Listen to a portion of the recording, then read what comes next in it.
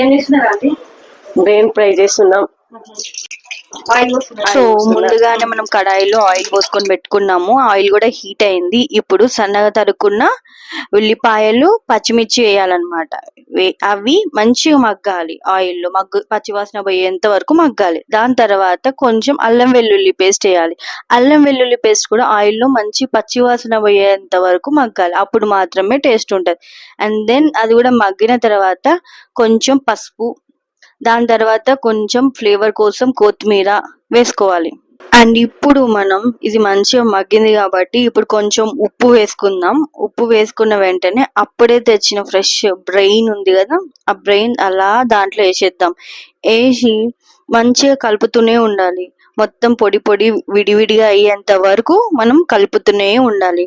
So అది ఎప్పుడైతే విడిపోతుందో అప్పుడు కొంచెం కారం, అండ్ కారం కూడా కొంచెం బాగా మగ్గాలన్నమాట ఆయిల్లో. మగ్గిన తర్వాత అండ్ లాస్ట్ కి కొంచెం గరం మసాలా వేసుకొని సర్వ్ చేసుకొని తింటే నెక్స్ట్ లెవెల్.